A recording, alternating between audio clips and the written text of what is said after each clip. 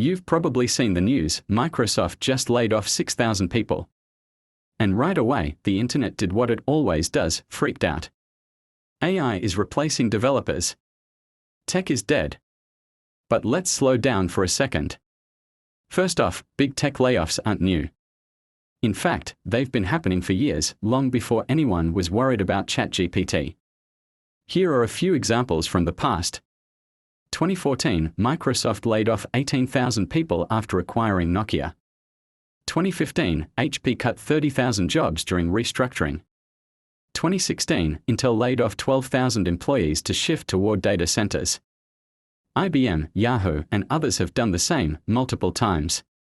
These things happen not because developers are being replaced by AI, but because companies shift focus, restructure, or try to cut costs. It's business strategy, not science fiction. But as always, social media clowns desperate for views and clicks turn it into something bigger than it is. A company lays people off. AI did it. They are not trying to explain what's really happening. They are just trying to go viral. We've seen this kind of panic before. Remember when people blamed mRNA vaccines for everything? Heart attacks, car crashes, bad weather. Someone stubbed their toe.